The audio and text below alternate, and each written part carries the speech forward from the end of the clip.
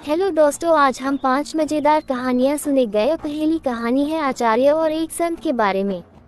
प्रेम और परमात्मा संतों की उपदेश देने की रीति नीति भी अनूठी होती। कई संत अपने पास आने वाले से ही प्रश्न करते हैं और उसकी जिज्ञासा को जगाते हैं और सही मार्गदर्शन कर देते हैं।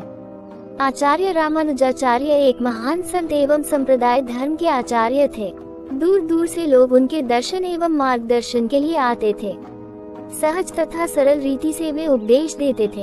एक दिन एक युवक उनके पास आया और पैर में वंदना करके बोला, मुझे आपका शिष्य होना है, आप मुझे अपना शिष्य बना लीजिए। रामानुजाचार्य ने कहा, तुझे शिष्य क्यों बनना है? युवक ने कहा, मेरा शिष्य होने का हेतु तो परमात्मा से प्रेम करना। संत रामानुजाचार्य ने तब कहा, इसका अर्थ है कि तुझे परमात्मा से प्रीति करनी है, परंतु मुझे एक बात बता दे कि क्या तुझे तेरे घर के किसी व्यक्ति से प्रेम है? युवक ने कहा, न, किसी से भी मुझे प्रेम नहीं। तब फिर संत श्री ने पूछा, तुझे तेरे माता पिता या भाई बहन पर स्नेह हटा है क्या? युवक ने नकारते हुए कहा, मुझे किसी पर भी तनिक मात्र भी स्नेह नहीं आता। पूरी दुनिया स्वार्थ परायण है, ये सब मिथ्या मायाजाल है, इसीलिए तो मैं आपकी शरण में आया हूँ।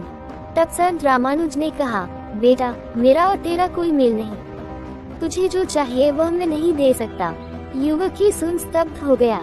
उसने कहा, संसार को मिथ्या मानकर मैंने किसी से प्रीति नहीं की, परमात्मा के लिए मैं इधर उधर भटका।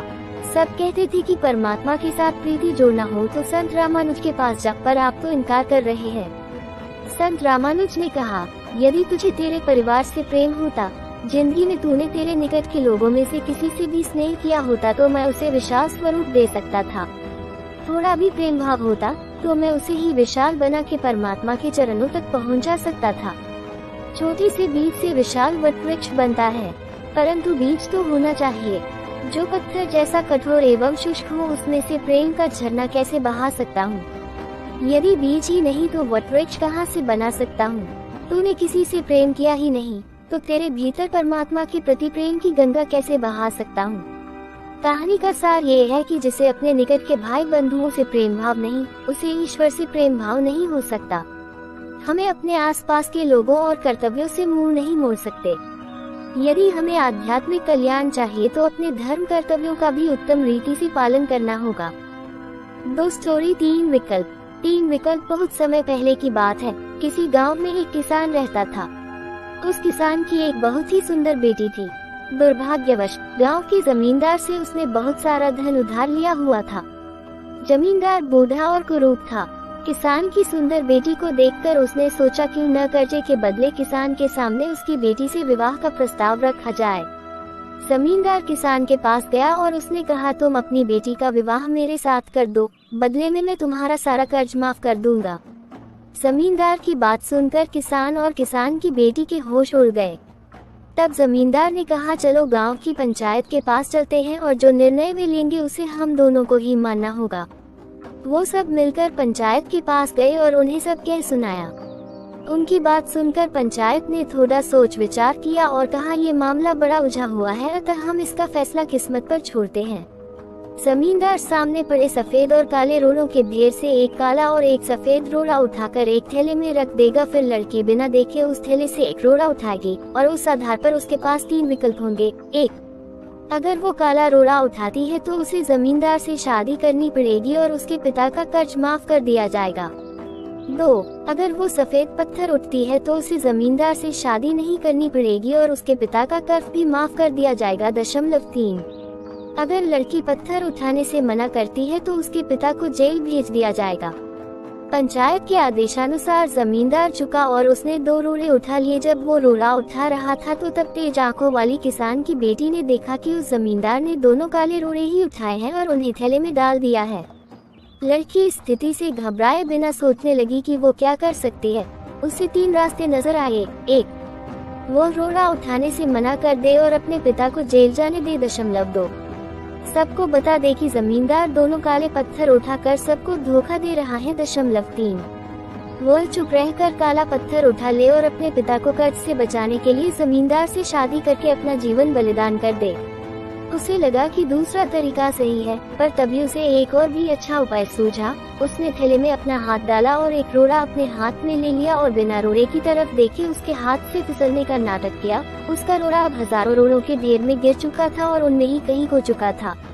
लड़की ने कहा, हे भगवान, मैं कितनी फूहड़ हूँ, लेकिन कोई बात नहीं, आप लोग थैले के अंदर देख लीजिए कि कौन से रंग का रोड़ा बचा है, तब आपको पता चल जाएगा कि मैंने कौन सा उठाया था जो मेरे हाथ से गिर गया।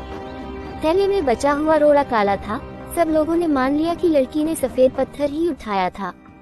जमींदार के अंदर इतना साहस नहीं था कि वो अपनी चोरी मान ले।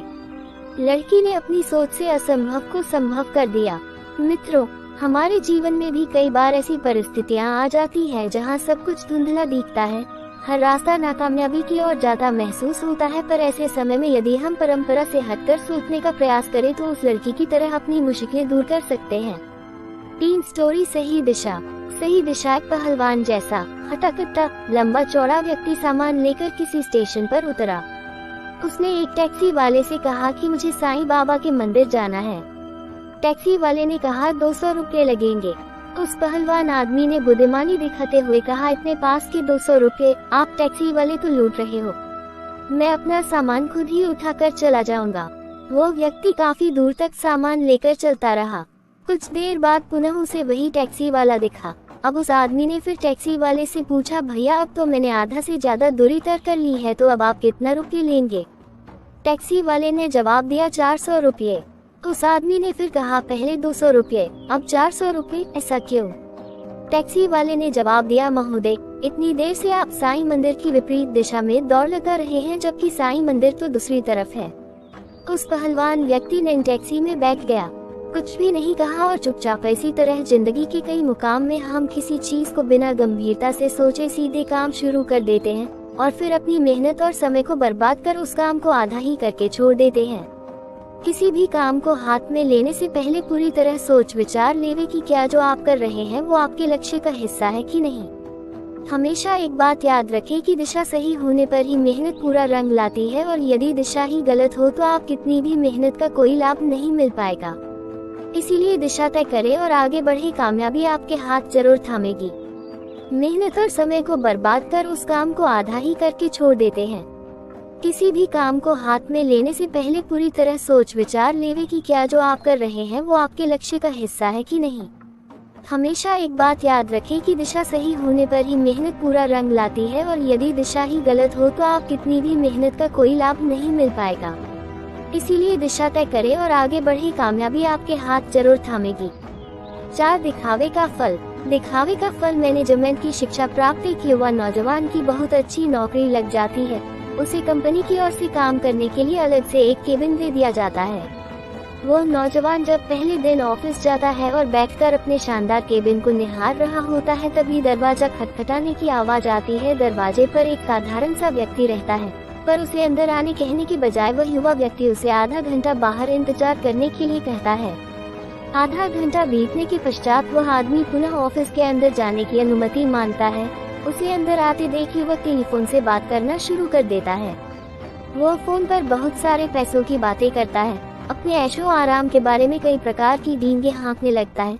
सामने वाला व्यक्ति उसकी सारी बातें सुन रहा होता है, पर वो फोन पर बड़ी बड़ी डींगे हाँकना जारी रखता है। युवा व्यक्ति जब उसकी बातें खत्म हो जाती हैं, तब जाकर वह उस साधारण व्यक्ति से पूछता है कि तुम यहाँ क्या करने आए हो। वो आदमी उस युवा व्यक्ति को विनम्र भाव से देखते हुए कहता है, साहब, मैं यहाँ टेलीफोन रिपेयर करने के लिए आया हूँ। मुझे खबर मिली है कि आप जिस टेलीफोन से बात कर रहे थे वो हफ्ते भर से बंद पड़ा है, इसीलिए मैं इस टेलीफोन को रिपेयर करने के लिए आया हूँ। इतना सुनते ही युवा व्यक्ति शर्म से लाल हो जाता है और न जाता है। आपने देखा नहीं? इतना सुनते ही युवा व्यक्ति शर्म से लाल हो जाता है और चुपचाप कमरे से बाहर चला जाता है। उसे उसके दिखावे का फल मिल चुका होता है। कहानी का सार यह है कि जब हम सफल होते हैं तब हम अपने आप पर बहुत गर्व होता है, और यह स्वाभाविक भी है। गर्व करने से हमें स्वाभिमानी होने का एहसास होता है, लेकिन एक सी के बाद ये अहंकार का रूप ले लेता है और आप स्वाभिमानी से अभिमानी बन जाते हैं, और अभिमानी बनते ही आप दूसरों के सामने दिखावा करने लगते हैं। अतः हमें ध्यान रखना चाहिए कि हम चाहे कितने भी सफल क्यों न हो जाएं, व्यर्थ के अहंकार और झूठे दिखावे में न पड़े, अन्यथा उस युवक की तरह हमें भी कभी न कभी शर्मिंदा होना पड़ सकता है। दोस्तों, उम्मीद है आपको आज की कहानियाँ पसंद आई होगी। ऐसी ही रोचक और मजेदार कहानियाँ सुनने के लिए मेरे चैनल स्टोरी टेल को सब्सक्राइब करें और वीडियो को लाइक और शेयर करें। धन्यवाद।